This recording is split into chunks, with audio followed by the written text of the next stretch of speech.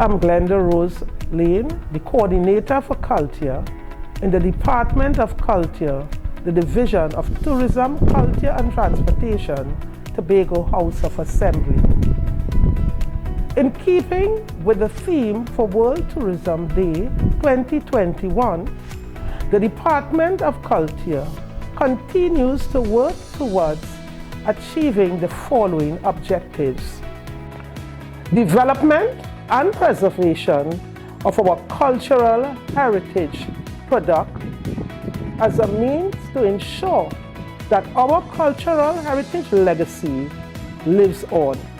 The intergenerational transferal of our cultural heritage knowledge and the use of our cultural heritage product as a means of economic diversification. Happy World Tourism Day from the Department of Culture, as we continue to ensure the island's legacy lives on.